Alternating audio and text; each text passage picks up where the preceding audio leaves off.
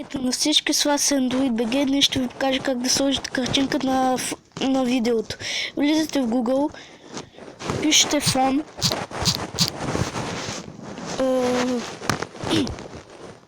чакаме, влизате в изображение, тук си търсите картинка, която ви изглежда добре. Аз си избрах тази синята, аз вече съм се изтеглил, но ще ви покажа как да я изтеглите. Отивате в оригинално изображение, задържате на снимката и натискате запазване на изображението. После отиваме в PixArt, това е приложението, къде трябва да редактирате снимката. Отиваме в PixArt. Когато се зареди, ние натискаме Edit. Ние си търсим снимката, ето е моята. Edit. И тук натискаме Ато, това е текст.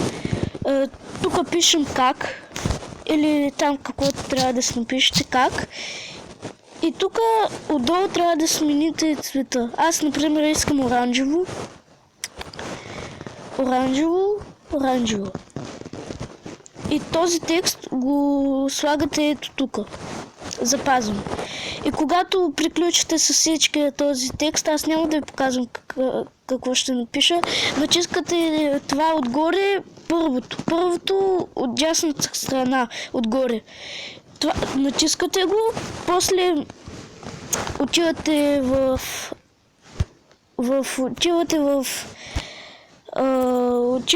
хромата. Отиваме в хромата.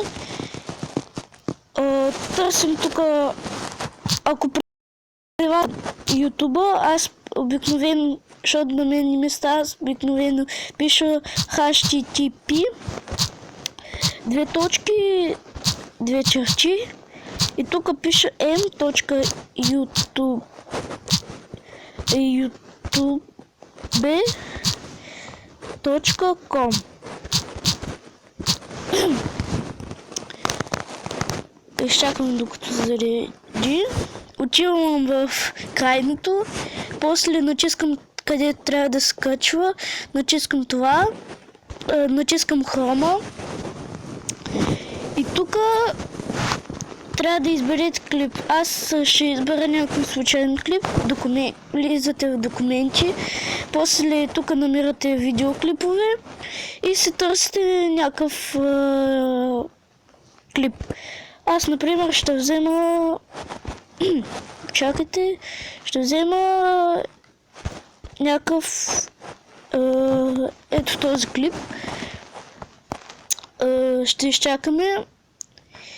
И трябва... Тук, където пише мини изображението на за видеоклипове, тук натискате персонализиране, мини изображение, натискате го. Пак документи, отивате в изображения и където ви това, което сте изтеглили, трябва да го поставите. Например, за първото ми видео, ето го, аз го поставих така. И тук трябва да изчакам докато се качи. Ето, това е в червеното с черно и тук ще се, където е състояние на качването, по-горе екрана, ще се отображава, където е там, където картинката ще се отображава.